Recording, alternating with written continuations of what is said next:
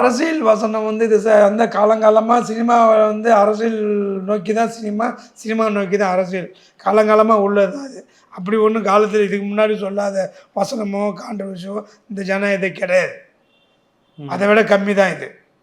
என்ன வந்து ஒருத்தனுடைய புகழும் ஒருத்தனுடைய வளர்ச்சியும் வந்து வரக்கூடாது, வளரக்கூடாது, அதை தடுக்கணும்.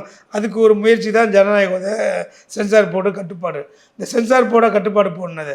சென்சார் போர்டுக்கு அழுத்தம் கொடுக்கறதுனால சென்சார் போர்டு செயல்படுது. ஒரு ஜட்ஜி ரிலீஸ் பண்ணுறாங்க, ஒரு ஜட்ஜி வந்து தடை போடுறாங்க. அப்படின்னா அது யார்? இது அந்த தடை போட சொன்னது யார்? ரிலீஸ் பண்ண சொன்னது யார்? அப்புறம் சட்டம் வந்து ஒழுங்காக தான் இருக்குது. இந்த சட்டத்தை கையில் எடுத்து அரசாங்கம், மாநில அரசு, மத்திய அரசு தான் வந்து பழிவாங்க நோக்கில் இருக்குது தவிர, மற்றபடி வந்து இது வந்து டைலாக்கு சரியில்லை, சீனு சரியில்லை. சென்சார் போர்டு வந்து கிளாமருக்கும் வல்காரிட்டிக்கு தான் வந்து சென்சார் போர்டு. இது கிளாமருக்கு வேலையே கிடையாது. இது முழுக்க முழுக்க டைலாக் ஓரியன்டட் படம் தான் இது. இன்னொன்று மாசு, சென்டிமெண்ட்டு, ஃபீல் எல்லாமே இருக்குது.